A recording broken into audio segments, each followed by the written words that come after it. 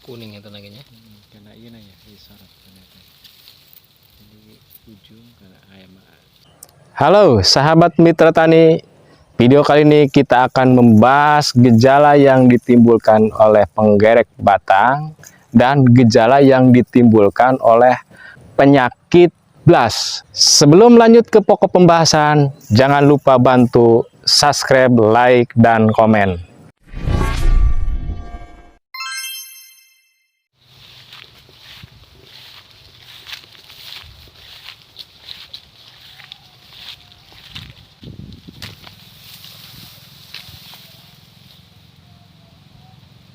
Assalamualaikum warahmatullahi wabarakatuh. Sahabat mitra tani di mana saja berada, semoga dalam keadaan sehat walafiat tanpa kurang suatu apapun. Nah, pokok pembahasan kali ini kita akan mengupas yaitu materi terkait gejala serangan yang ditimbulkan oleh hama penggerek batang dan gejala yang ditimbulkan yaitu oleh penyakit blast. Nah, untuk mengidentifikasi kedua serangan tersebut, karena hampir gejala yang ditimbulkan itu identik atau mirip, serupa, tapi tak sama. Karena iya, nah ujung nah ayah isian itu, isian dong.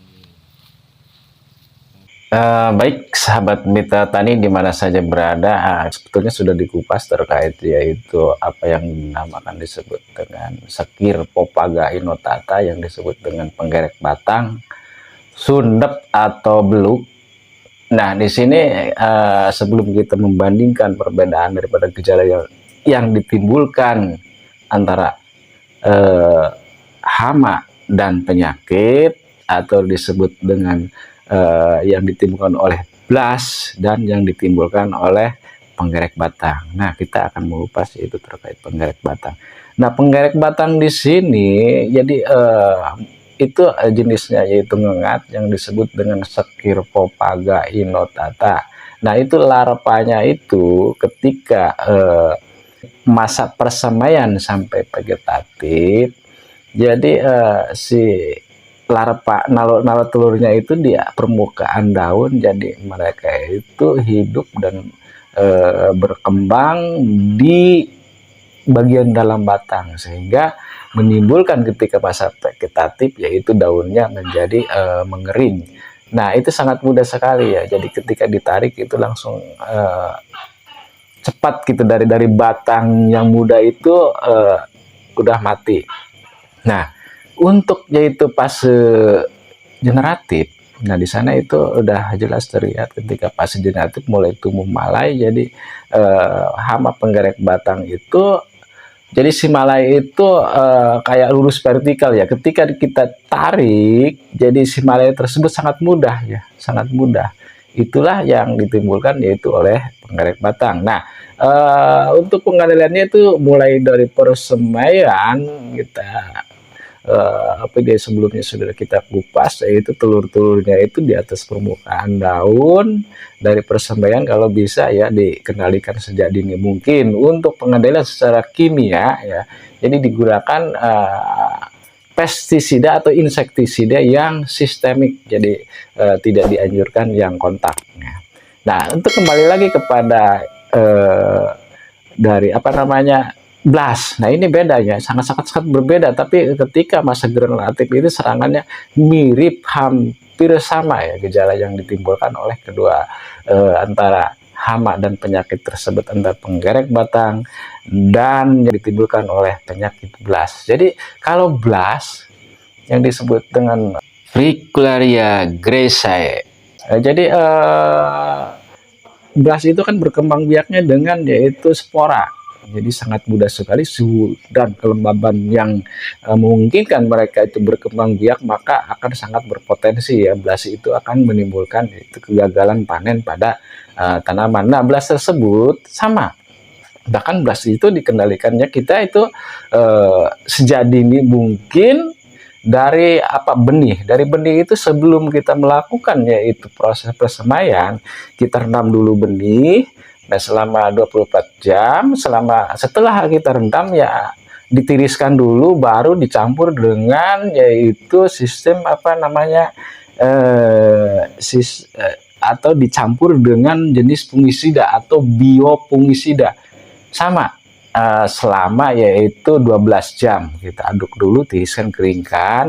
Nah, sudah diproses itu mulai timbul kecambah, baru ditebar ke areal yaitu persemaian. Itu antisipasi dari bini. Nah, gejala yang ditimbulkan ketika dari masa vegetatif, dari mulai tanam sampai 40 hari, itu udah kelihatan ya kalau misalkan ada gejala yang ditimbulkan dari daun, itu ada titik bercak coklat seperti apa, belah ketupat ya, atau titik-titiknya itu kemungkinan kalau suhu dan kelembaban itu mendukung, mereka itu banyak, sangat banyak sekali.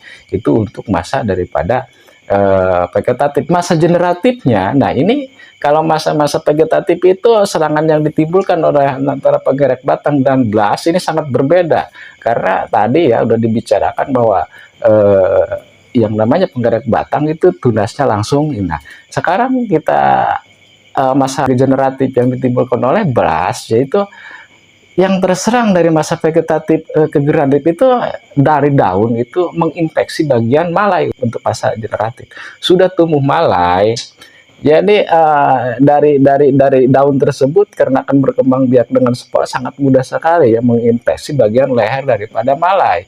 Jadi persis kayak gejala yang ditimbulkan oleh penggerek batang, padahal itu berbeda. Nah, cara mengidentifikasi daripada kedua serangan tersebut, ini terkena gejala serangan blas apa terkena gejala serangan yaitu penggerek batang, sangat mudah sekali. Pertama, kalau misalkan ketika menginfeksi malai tersebut oleh blas, ketika sudah mulai masak susu, nah itu kadang-kadang si itunya kayak udah berisi, tapi sebagian ke bawah itu dari malai ke bagian ke bawah itu agak hampa ya, semua hampa. Jadi ketika itu malainya udah mulai itu patah juga ya. Tapi ketika ditarik itu sangat susah. Ada juga yang itu untuk serangan blas itu ketika semua malai kalah persis oleh blas juga, oleh apa namanya, oleh penggerek batang, tapi ketika ditarik sangat susah ditarik ya, ketika kita tarik bahkan patah dari. Tapi untuk penggerek batang ya itu sangat mudah, ketika ditarik malainya langsung lepas dari bagian yaitu pangkal batang itu. Nah, untuk blas paring patah pada bagian leher ketika ditarik.